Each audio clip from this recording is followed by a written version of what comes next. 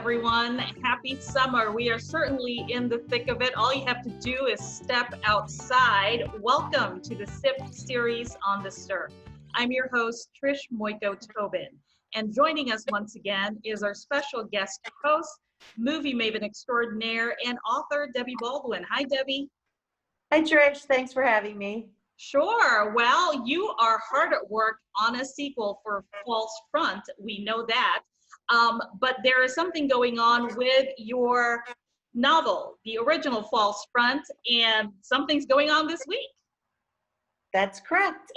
False Front, the ebook is, there's a promotional special for the ebook through July 15th. You can download the novel for 99 cents on all online retailers, Amazon, Kobo, Apple, Google. So this is a great time to pick up a beach read, perfect timing for the summer, and it's a pretty great price. So, and that is a great deal, I was going to say. So everyone, you have till July 15 to do so.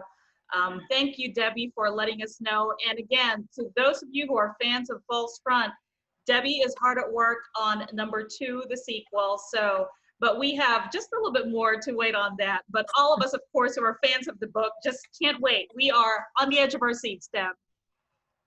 Well, I'm excited to get it to you all. It's a very fun story. I'm laughing maniacally and, you know, having all kinds of feels while I'm writing it. So hopefully it outdoes the first one. Oh, well, we are waiting for that for sure. So this past 4th of July weekend will probably forever be known as Hamilton weekend. Of course, the highly, highly, highly anticipated film version of the Broadway phenomenon that made its debut on stage in 2015. It was finally released this past weekend worldwide. And, you know, what buzz. Deb, we're just really riding the Hamilton wave today.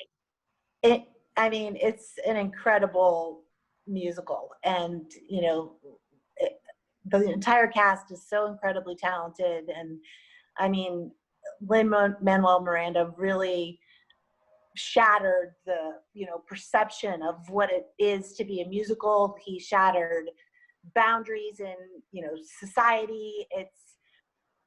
It's really the epitome of what a great musical should be. So yeah, let's talk about movie musicals. Exactly. That is our must-see movie list for today's show, movie musicals. And Deb, I know for a fact that you labored over this list. I did. I'm a musical girl. I grew up going to musicals. I love them. And it's actually funny because while I was narrowing the list down, which is always the struggle, I love a musical that kind of makes you go, I just love a good romantic musical. But I was noticing as I really kind of culled the list that not many of these actually are that kind of fairy tale romantic story. A couple are, but there's a wide variety, and it kind of really made me examine what it means to be a great, not just a great musical, but a great movie musical too, because there are movies with songs in them and movies with music, but I'm to qualify really as a musical, it's a different kettle of fish. The music has to really propel the story. Not to the extent of, say, an opera where the entire thing is sung, but it has to be integral. So, I'm happy with the list, and I would watch any one of these right this minute. So we have really quite a list here. I have to admit, Deb, a couple of these films I have not seen. I too am a musical fanatic, but in the history of film, 11 musicals have won the Academy Award for Best Picture. 3 of them are on this list. The rest have been nominated for Best Picture, and if they weren't nominated, they were definitely highly acclaimed. And almost all of them really have made their way into, to become part of pop culture. And so these musicals that you have on this list span decades. In fact, our first one that we're going to talk about, the very first film on our list is from 1939. And Deb, a recent study claims that this is the most watched film in history in terms of just based on the number of TV screenings and viewings on VCR, VHS, DVD. And it's not really surprising. And this, of course, we're talking about The Wizard of Oz. Yeah, you can't have a list of greatest movie musicals without The Wizard of Oz. It's just even, it's 60 years old now. No, it's 80 years old now. Jeez. Yeah. And I know, we're both like, wait, am I doing the math right? And it still stands the test of time. It's a beautiful story, and there's, it's cult icon status for Judy Garland and the cast. It's just a great story with a great message. There's no place like home, and with all kinds of wonderful little bits of trivia and stories associated with the filming and the making. Did you know that Buddy Ebsen was originally cast in the role of the Tin Man, Buddy Ebsen of Barnaby Jones fame, but was actually allergic to the silver paint. So he had to be replaced. And that really? Okay. Isn't that an interesting story? Yeah. So Jack Haley replaced him right at the beginning of shooting. So, and I'm sure, there's a million other stories about the. And it was the paint that did him in, huh? Oh yeah. My gosh. Okay, so we mentioned that 3 of the films on the list have won the Best Picture. This one was nominated for Best Picture, but 1939 also gave us Gone with the Wind. Gone with the Wind, which won, of course, the Academy Award for Best Picture. But The Wizard of Oz won for Best Score, and of course the Best Original Song, which is Somewhere Over the Rainbow, which almost did not make it into the film because the sequence where it was in was already deemed too long. So it almost got cut from the film, and it was also considered too sad, the song itself. In fact, when they were filming at the end of that take, Judy Garland was in tears. Cast and crew who were around were in tears. So it really made an impact. And of course, it was one of those unforgettable moments of the film. Yeah. I mean, it's stories like that always amaze me, that you can't imagine that movie without that song. And right. You hear stories like that, you just think, wow, I mean, it's inconceivable now. Right. But. And not just that, it is the #1 song in terms of 100 greatest movie songs of all time by the American Film Institute. So think about that. It almost never made it in. And to talk about, the American Film Institute, they also ranked the greatest movie quotes of all time. And the impact that this movie has had, there are 3 lines from The Wizard of Oz that made the top 100 in terms of movie quotes. Coming in at #9, just squeaking in, is "I'll get you, my pretty." And your little dog. Oh wait, I can do it perfectly. You're ready? I'll get you, my pretty, and your little dog too. That's my sort of signature impersonation. Thank you for that, Debbie. And then at number 23 is "There's No Place Like Home." And then making it into the top 5 at number 4 is Toto, "I've Got a Feeling We're Not in Kansas Anymore." So there you have it. So for our next film, we have a film from 1952, and this film is the #5 greatest movie of all time as ranked by the American Film Institute. It is the highest ranked film not nominated for an Academy Award, and that is Singing in the Rain. Which is really one of my all-time favorite musicals. I mean, the comedy, the level of comedy in that musical is just so, it sets it apart from other movie musicals which can be amusing, but this film is really laugh out loud funny at points. The setup obviously is Gene Kelly plays a silent film star. He Donald meets Lockwood. Don Lockwood, and he meets Kathy Selden, who's played by Debbie Reynolds. I think he jumps in her car. He's trying to get away from like a red carpet event, and the next scene, she's popping out of a cake as she's an aspiring chorus girl.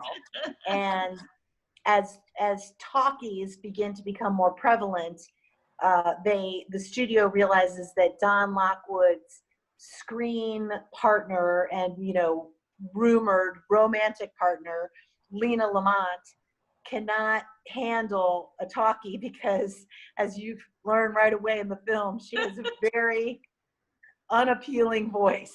Yes. And so they hire the Debbie Reynolds character to dub her.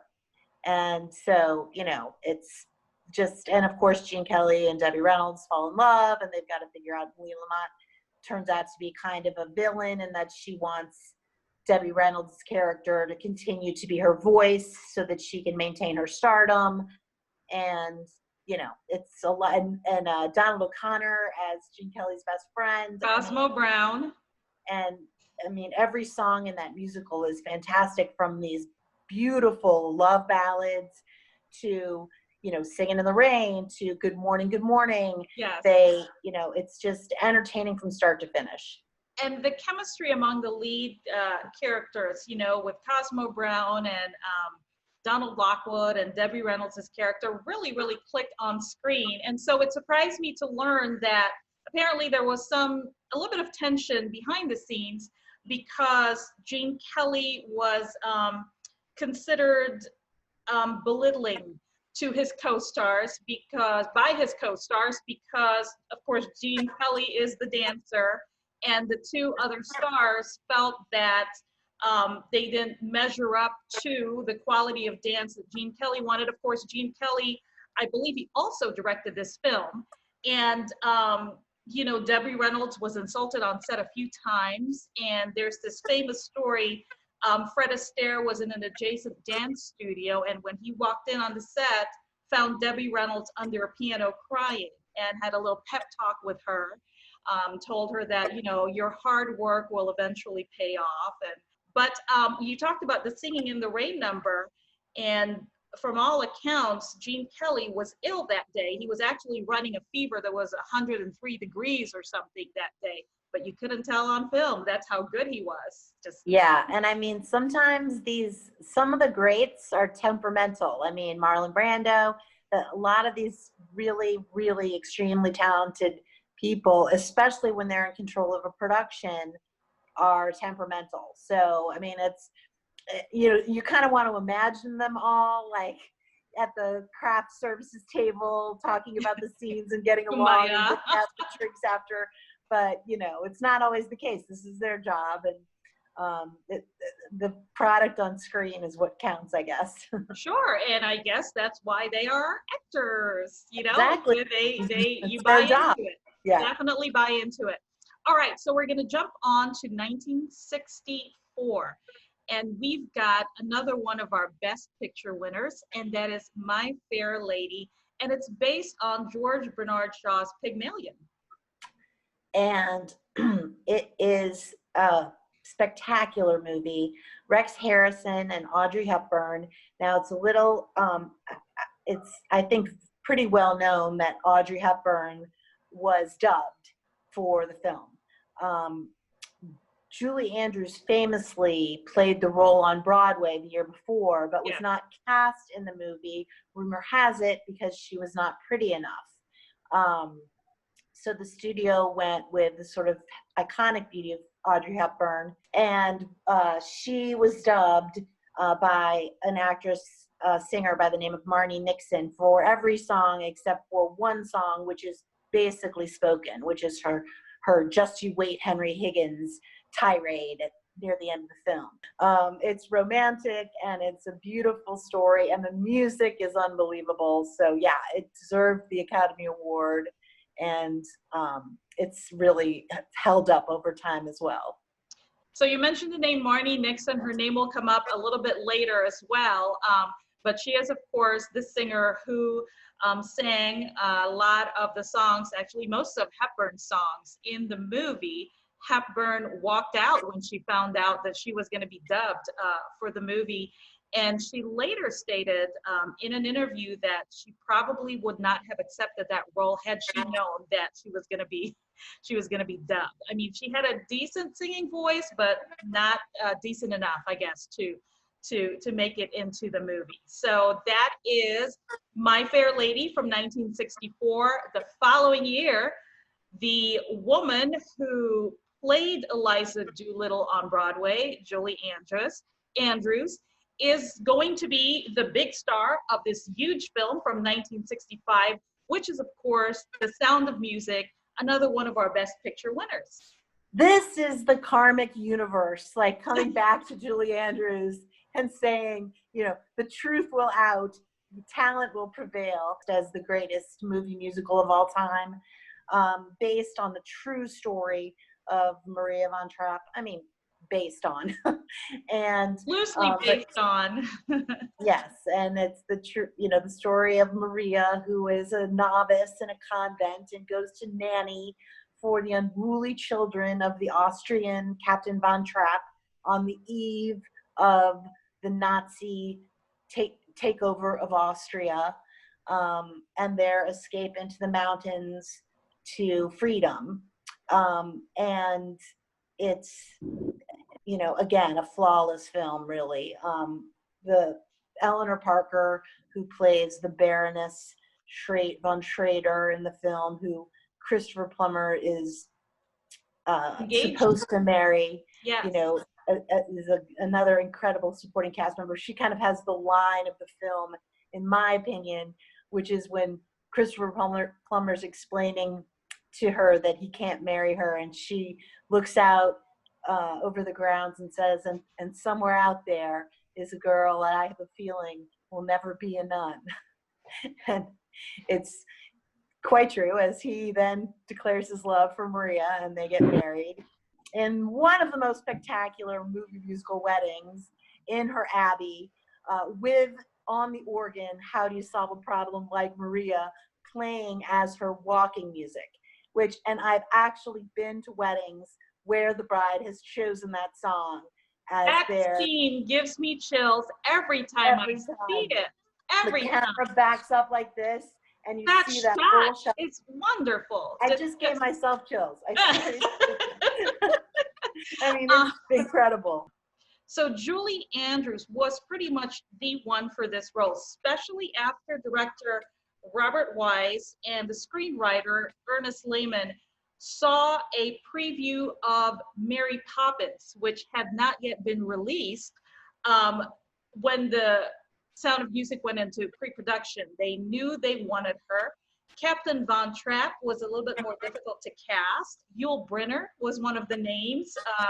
Bing Crosby, Sean Connery, Richard Burton, and Christopher Plummer. You can kind of see some of those. I kind of do too, but not anymore, because Christopher Plummer will forever be Captain Von Trapp. I mean, probably my longest running film crush. Now, and I don't know if this is a rumor or not. I have no confirmation on this, but I've heard that during filming, Christopher Plummer was so thought that the movie was so sort of schlocky that he nicknamed it The Sound of Mucus. You've heard right. That is well documented. He was not happy. In fact, he had turned down this role several times before he finally accepted. And during filming, he just had that chip on his shoulder and just was unhappy the entire time. So I'm also hearing from different accounts that he imbibed for a lot of the scenes. That scene where toward the end of the movie during the concert, apparently he was drunk for that entire scene when the Von Trapp family won the singing contest. That's how unhappy he was, I guess. Well, it doesn't show in the, again, like this is back to our Gene Kelly thing. This is the product and the audience and how people respond is really what matters in the end. And these men and women are actors, and it's their job, and you expect them to do it to the best of their ability, and he certainly pulled it off. They sure did. I mean, we were caught up in that romance between Maria and the captain. So another thing to consider for this film, Liza Minnelli, Patty Duke, Mia Farrow, all auditioned as Liesl, which of course eventually went to Charmaine Carr. But think about that. Mia Farrow, Liza Minnelli, she might have just taken over the whole thing. And I am 16. Really, that'd be a real showstopper. Picture her with a slit in her dress under her pinafore, and oh my god, a lot of jazz hands. Yeah, right. Yeah. So we were talking about how this was loosely based on Maria von Trapp's memoir, which was called The Von Trapp Family Singers, that came out in 1949. One of the main departures from the novel, or the memoir, apparently Maria was more stern than the captain in real life, and that was completely turned around in the film. And also the real Von Trapps fled via train to Italy, not trekking over the mountains to the Alps. Yes, but of course, for a fact, and you just remember that ending, one of the greatest endings of all time, that would not, really, on a train, no. I mean, it's a thrilling film. I mean, the story is fantastic. And so, yeah, the music is equally, that's one of those, I always say, like, when you're watching a romantic comedy, it has to be as romantic as it is funny. It has to be both. And a movie musical has to be, have incredible music and an incredible story. And Sound of Music is really the epitome of that. Yeah. So I have to ask, what is your favorite song from The Sound of Music? So many just iconic songs that everyone knows. I have always loved, and I'm not even sure the title of it, but it's the song when Julie Andrews and Christopher Plummer are in the gazebo, and I think it's Nothing Comes From Nothing. I must have done something good. I must have done something good. It's, that somewhere in my wicked, miserable past, I must have had the moment of truth. For some reason, that song just always gets me. But that's another thing that's great about that musical, is that the depth of incredible songs. I mean, I'm sure I'm the only person that's their favorite song from the musical, but well, one of my top songs is that song, but my absolute favorite is Edelweiss, of course, which apparently Christopher Plummer hated. Yeah. But you remember him forever with Edelweiss. He was not a strong singer, and I think I don't want to play like armchair psychiatrist here, but there could be a component of covering for a bad review, or anticipating that he was going to be criticized, because my God, you're sharing the microphone with Julie Andrews. With Julie Andrews, exactly. Very few talented singers could stand up to that, and he really was, Russell Crowe in Les Mis for The Sound of Music. He just was not a strong singer, and they downplayed his, his singing in the story. I think he only sings Edelweiss and with the family he sings, Right. But it worked because he was a reluctant participant for the singing group anyway, and it worked pretty well. So Sound of Music, perfectly. Yeah. It worked out for everybody. One of the most successful soundtrack albums in history, of course, all that unforgettable music by Ron. And the sing-along, the Sound of Music sing-along, where you can go, to the Fox or wherever and belt it out from the audience. Yes. Really, really a testament to how enduring this film is. Okay, so we go to 1968, and this one, Deb, I have not seen, and it's Chitty Chitty Bang Bang. Chitty Chitty Bang Bang is on the list for a number of reasons. First of all, it would never, ever be made now.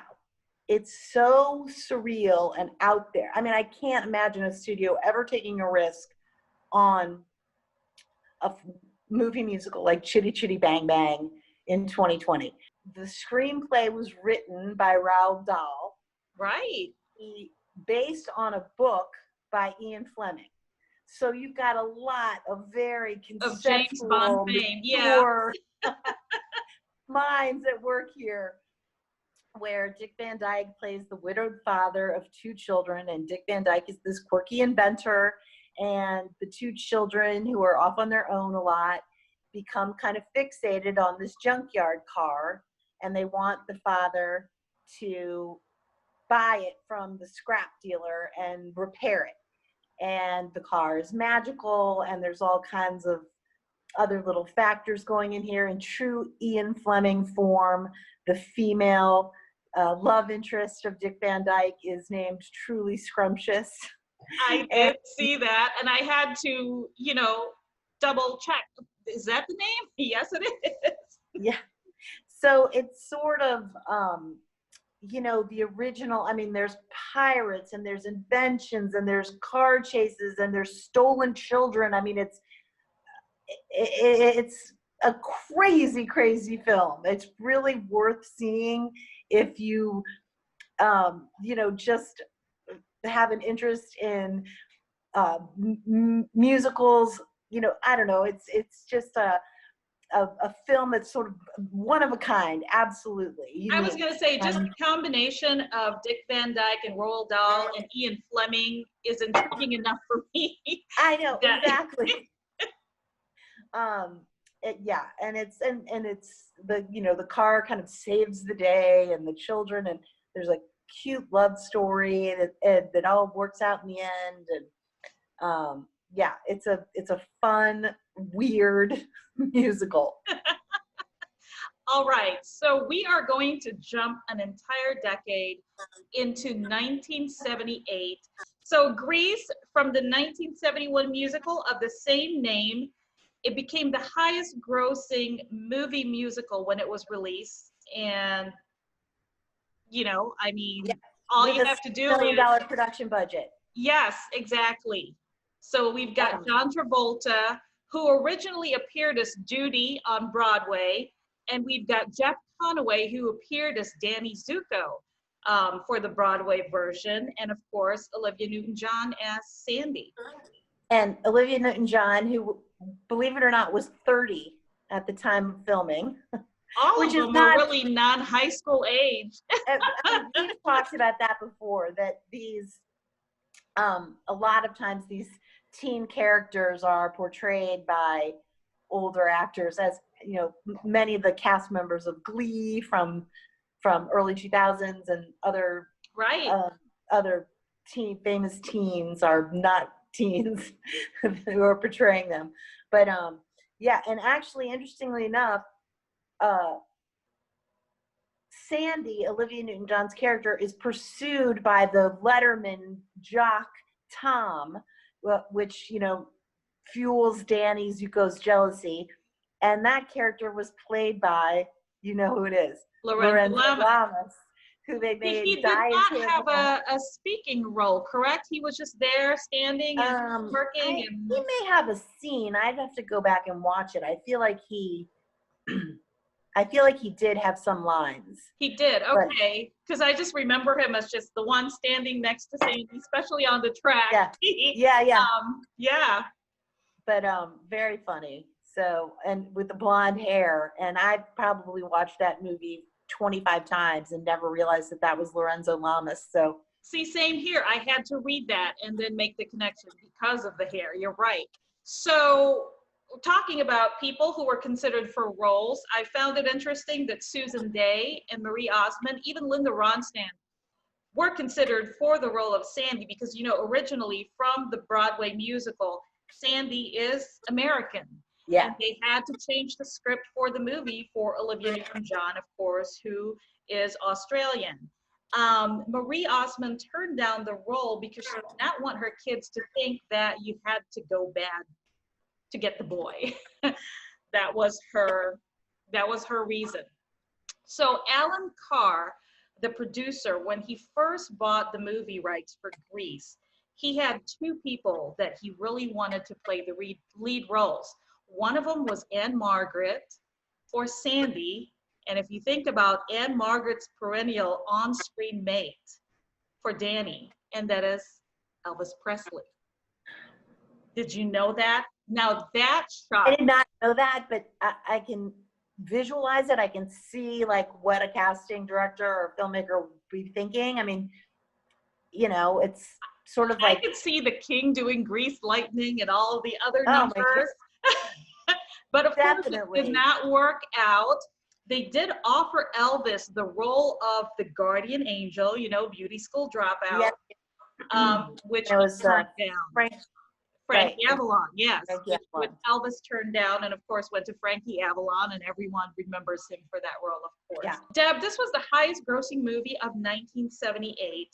The soundtrack album, though, you would think it would have been also tops on the list, but it was the second best-selling soundtrack that year, second only to Saturday Night Fever, which was, of course, another John Travolta movie. Yeah, 78 was a good year for Travolta, for sure. A very, very good year.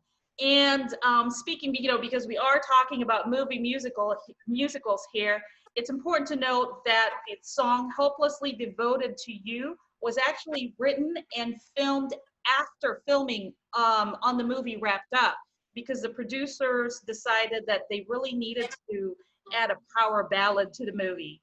And so Olivia Newton-John had to return on set and film that scene with Sandy singing Hopelessly Devoted to You. And it was a good thing they did, because it was nominated for an Academy Award, that song. That's interesting. That also is I think my least favorite song. That and Beauty School Dropout are my least favorite songs from that soundtrack, but I understand the logic there. Yes, I don't think you're alone with Hopelessly Devoted to You, because my husband cringes every time he hears that song, and that is the time he chooses to walk out of the room and do other things when we're watching Grease, is during that number.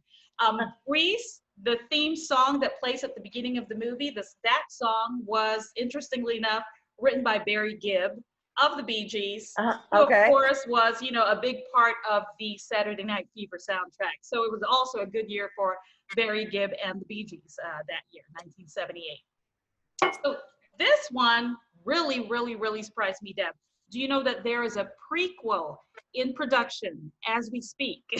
A prequel. Oh, of their Summer Loving. Okay, I can see that. Reportedly. Let's hope it does a lot better than Grease 2, which was a big flop at the box office. Michelle Pfeiffer and Maxwell Caulfield was the love interest. And you know what? I like both of those actors, and I like even the concept, but oof, that movie was rough.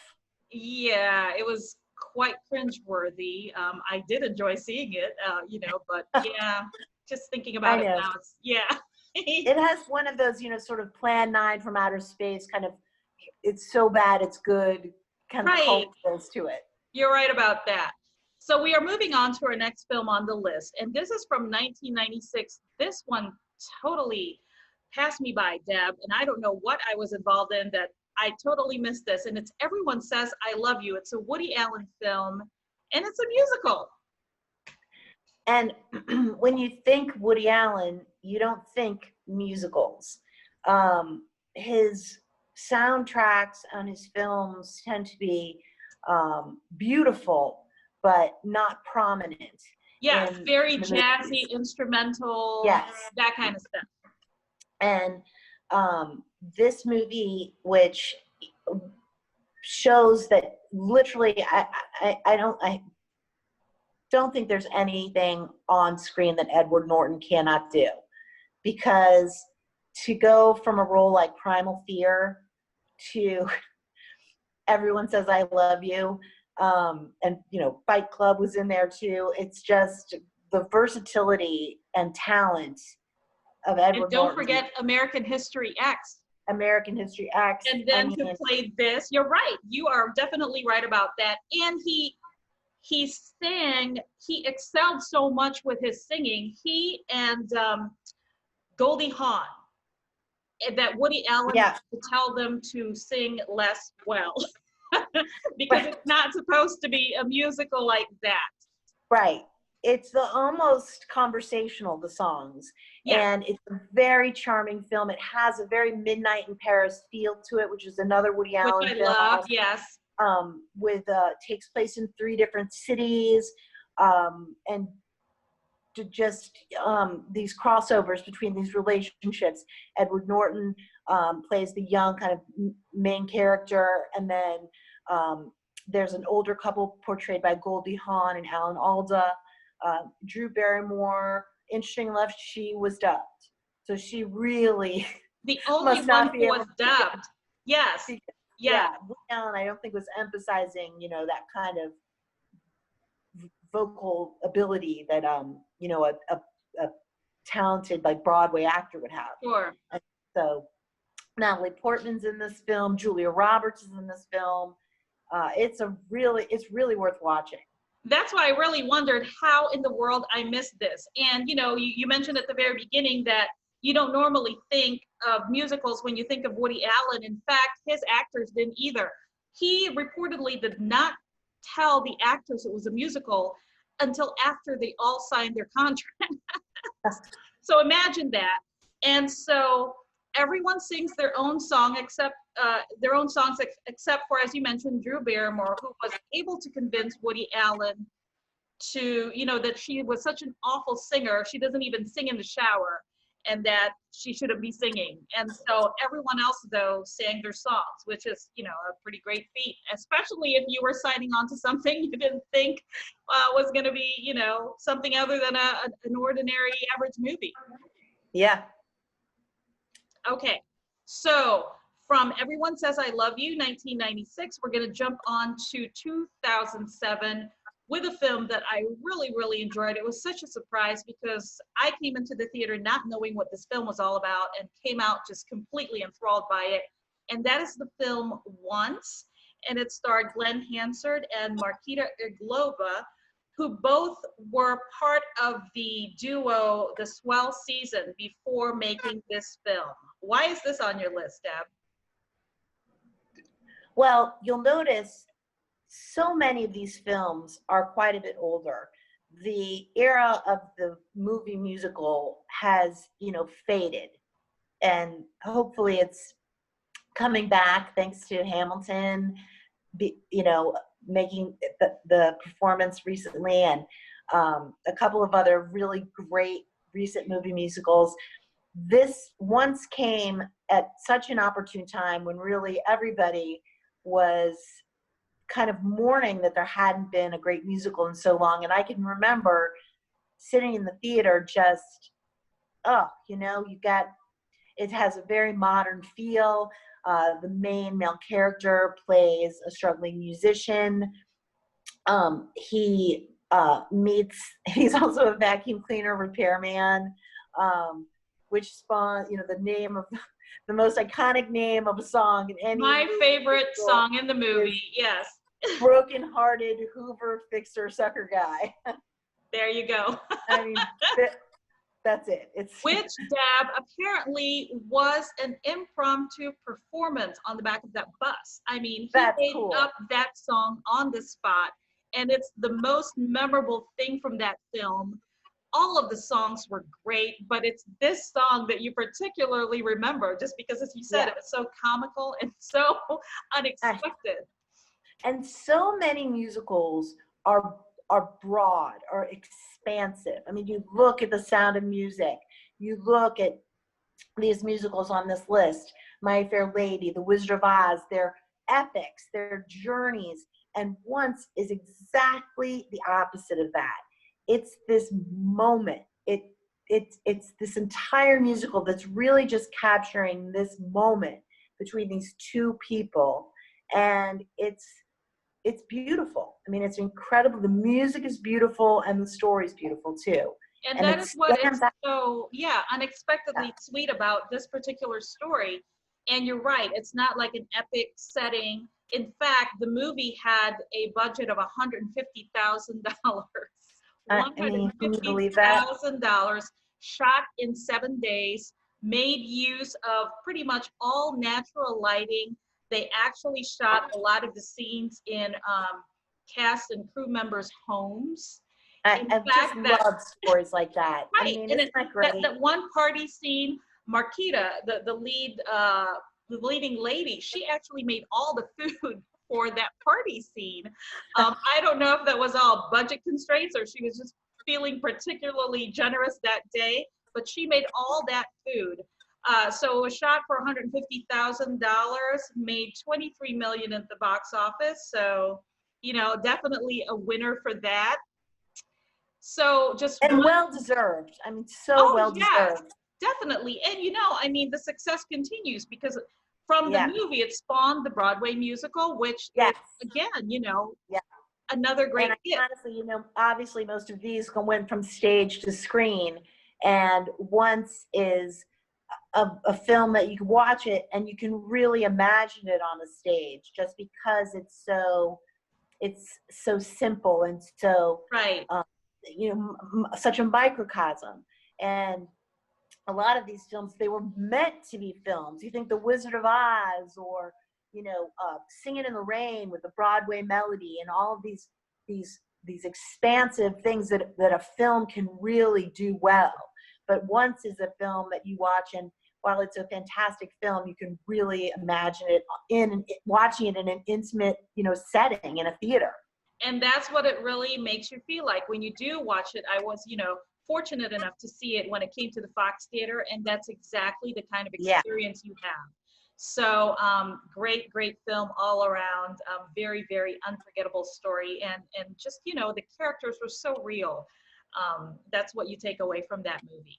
So we move on to 2016, very recently, and we have talked about this film before, but again, it deserves to be on this list, and that is La La Land, and that is starring Ryan Gosling and Emma Stone, are, you know, two of our favorite actors, tandem teams for the Yes. movies. And written and directed by Damien Chazelle, and the composer, of course, is Justin Hurwitz, who just, you know, just created an unforgettable score. Now, it's so interesting that, I mean, it's on the timeline that Once and La La Land are next to each other in the list, because the stories are shockingly similar. I actually hadn't really given it a lot of thought before I was compiling the list. And then I thought to myself, you know, as you're going over Once in your head and La La Land, you know, there's a lot of parallels. Two struggling artists, two people, you know, kind of sharing a not temporary, but a moment in time. A moment in time, you're right. Yes, And good point. both beautiful stories. I'm not implying that, you know, La La Land in any way was, you know, lifted. It's a completely different story, but they both have a very kind of similar feel. And Ryan Gosling plays a struggling jazz pianist, and Emma Stone plays a struggling actress in Los Angeles. And it's their little love story that, you know, is just this moment in time where they're struggling to get their careers off the ground and their relationship suffers. And it's just a really beautiful story with some incredible music and some great dancing too. Great dancing. And of course, the one scene that everyone remembers was that opening scene on the highway. Right. Another Day of Sun was filmed during a day that had a temperature of 109 degrees. Can you imagine that? So each of the performers actually had 2 spare sets of costumes that were hidden in the cars, because can you imagine all the sweat and Sweating, yeah. grime and everything? And also the choreographer, Mandy Moore, was actually hidden beneath one of the cars, and she was yelling out instructions, you know, for the dancers and the performers. So that was just very, very fascinating. We had talked about this during a prior show, but it's the same freeway where they filmed the movie Speed with Sandra Bullock and Keanu Reeves. So that's the same. If you're LA a commuter, if you're a commuter on that highway, and you're like, please shut this thing down one more time for a movie. Exactly. But so yeah, you talked about the dancing, talk about the singing. We talked about Ryan Gosling, you know, but you don't really mind for this movie in particular, just because you are caught up with all the eye candy and the story and everything else, that it just seemed that, you know, it's not a big deal. Yeah. And I think Ryan Gosling learned how to play piano for this role. He and sure he's did. Quite talented. Yeah. He sure did. I mean, wow. Specifically, he learned to play. He was actually devoting 2 hours a day, 6 days a week to learn the piano. And one of the co-stars, of course, was John Legend, who is an accomplished performer and pianist, classically trained. And he said, you know, he had mentioned that he actually was jealous of Ryan Gosling because he learned piano so well. And in the movie, John Legend was part of Ryan Gosling's band, and he was a guitar player. So John Legend had to learn how to play the guitar. He didn't know how to play the guitar prior to this. So yes, Ryan Gosling, you know, with everything else that he was doing for this movie, learned how to play the piano. So no hand double was used, no special effects. That was actually him playing that piano, which is very impressive. Very. Great movie. So, and also this modern take on the movie musical, which is so refreshing and welcome. You know, I love a great movie musical, and they don't make them very much anymore. No, they don't. And you're right. This was something that really was also much anticipated. The moment you started seeing those trailers in the theaters, you really, you know, were just dying to see the movie already. Yeah. So I wanted to mention, because we are leading into the next movie, which has kind of a connection to La La Land. Emma Watson was initially considered to play the role of Mia, which of course eventually went to Emma Stone, and which she won an Oscar for. But Emma Watson turned down the role to play Belle in Beauty and the Beast. And incidentally, Ryan Gosling turned down the role of the Beast, which was offered to him to play Sebastian in La La Land. And so that brings us to our next movie, which is 2017's Beauty and the Beast. But Debbie, for your list, you actually chose to list the 1991 version of Beauty and the Beast, which is the animated one. It's the only animated film on the list. The characters were voiced, the Beast was voiced by teen heartthrob Robbie Benson. I don't know if you know that, from Ice Castles and One-on-One. Oh my goodness, no, I did not know that. Wow, yeah. Okay. And Belle was voiced by a Broadway actress, Paige O'Hara. And it's just Disney, you know, that movie, I think, did for kids of that age group what you know, I don't want to date myself, but you know, some of these did for me when I was a kid. To watch those old classic musicals when I was young got me really hooked, and I think that kids seeing the musical animated version of Beauty and the Beast with the dancing candelabra and Angela Lansbury as the teapot with Chip, cup, and just the magical story of the Beast being trapped, and the myth of having to find true love to save him is, you know, it's just a charming, fantastic animated film. It definitely fits the bill for a definition of a fairy tale, and you know, even adults were just captivated by that film when it came out. And of course, the one that I remember the most is the 2017 version, because what a cast. I mean, you had Emma Watson, Dan Stevens as the title characters, and then you had Emma Thompson, Kevin Kline, Stanley Tucci, Josh Gad, whom I love, you know, just performing in musicals. Really, they cast the live action version perfectly. If you have imprinted in your head the animated characters from the 1991 film, they humanize, you know, they cast people in those roles perfectly. I completely agree. And the effect was just, just captivating. So for our final film on the list. Oh, wait, here we go. Ready for your intro? Yes.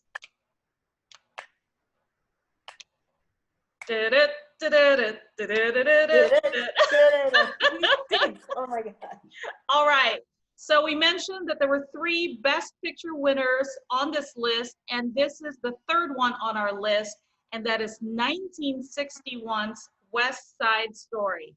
It was the winner of 10 Academy Awards, including Best Picture, also Best Director, co-directed by Robert Wise and Jerome Robbins, the choreographer. The only movie he's ever directed, and he won the Best Director Oscar for it. It's the biggest Oscar-winning movie musical of all time. And well deserved. It's fantastic. Everything about West Side Story is perfect. Natalie Wood plays the main female character who is affiliated with the I'm trying to get all the Sharks and the Jets right. The Jets is the white gang, and the Sharks is the Puerto Hispanic Rican gang, yeah. And they're rival gangs. It's a modern day adaptation of Romeo and Juliet.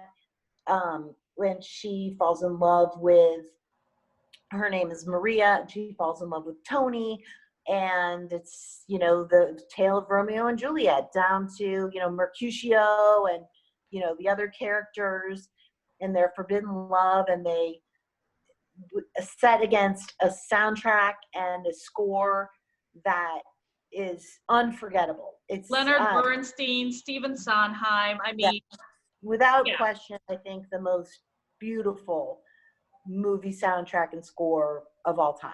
I mean, it's just, it gets you choked up just thinking about those songs. They're so beautiful.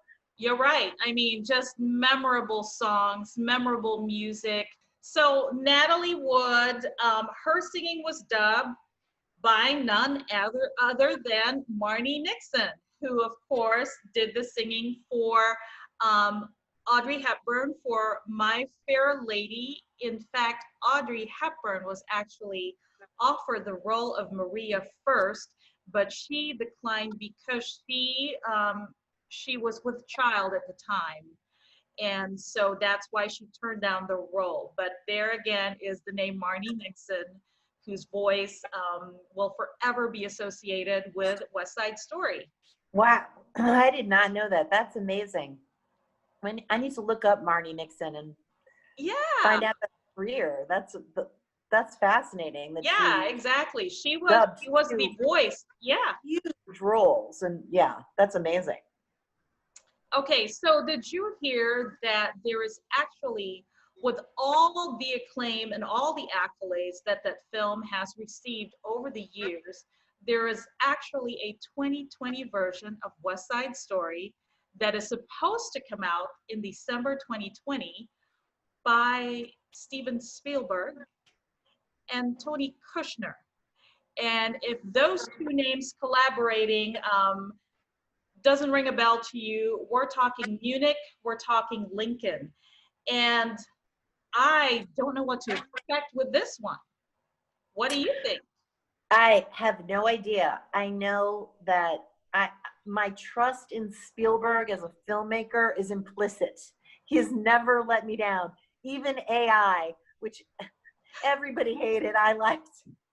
So I'm gonna stay on the cheer squad until I have reason not to. But it'll be very interesting to see. It's especially in this climate when political correctness, rightfully so, is making a huge resurgence right now, and these issues of racially charged issues like West Side Story revolves around a racially charged issue. Right. I think of like Chita Rivera's song about Puerto Rico versus America and stuff like that. Do you think will they update stuff like that? Will they soften the hard edges? it'll be very interesting to see how that's handled, because, you know, it's a different era now, and things like that have to be addressed with, you know, sensitivity to Sure. all groups. But you know, if anybody can do it, it's Spielberg, my guy. I was going to say, knowing his work and knowing the care that he takes with topics that are especially sensitive, I have no doubt that he will do his homework and give us something. But that just really, you know, I'm just really anticipating it to see what he does with it. And I understand that the Spielberg version of West Side Story is actually going to stick closer to the Broadway version of West Side Story rather than the 1960s film. So, you know, we're going to see just some nuances there in terms of the interpretation. But, you know, that's definitely something to look forward to. And I'm really hoping that it gets released in December of this year, you know, rather than being delayed like a lot of the movies that we have been anticipating for some time are being delayed this time. Yeah, I mean, so often you hear of like a remake of a film and you just cringe and think, please don't touch it. You know, please leave it alone. Like, Right. I remember when Ben Affleck and Jennifer Lopez were engaged, they wanted to remake Casablanca, and I just kept thinking to myself, like, oh, geez, like, please don't. Aren't you glad they didn't? Because So glad. oh my gosh. But I mean, if anyone's going to take on an update or a remake of West Side Story, you know, Spielberg would be someone I would trust to do it. So yes, and I'm eagerly awaiting that. So Deb, we are ending with our signature sweet treat, and for this week's sweet treat, guess what is ripe in the orchards right now? Nectarines. Peaches. Okay. Close. Peaches. And we are making a peach cake for you made with fresh sun-ripened peaches. It's gonna be similar to a pineapple upside down cake. Okay. But the peaches just heighten the flavor. And you know, when you think of summer, you think of the flavor of summer, you really think peaches. And from what I understand, you are gonna be making your way to Michigan soon, and they are known for their peaches. So you're gonna have a lot of peaches to work with. I love it. I'll bring you back some peaches. Hey. You know, and it's so nice because it's such a modern, like, fresh idea. Like, when I think of a pineapple upside down cake, I think of those like maraschino cherries on top, and that sort of old fashioned cake that doesn't taste very good. But a peach upside down cake sounds fantastic. Yes, and it is so easy to make with just very simple ingredients in addition to your fresh peaches. So yes, so that is our sweet treat. We will have that recipe available, as always, on gazellemagazine.com. So this is all our time for today. We'd like to thank Debbie Baldwin for another fantastic must-see movie list. Thanks, Debbie. Thanks for having me, Trish. And thank you, everyone, for watching. We will see you next time.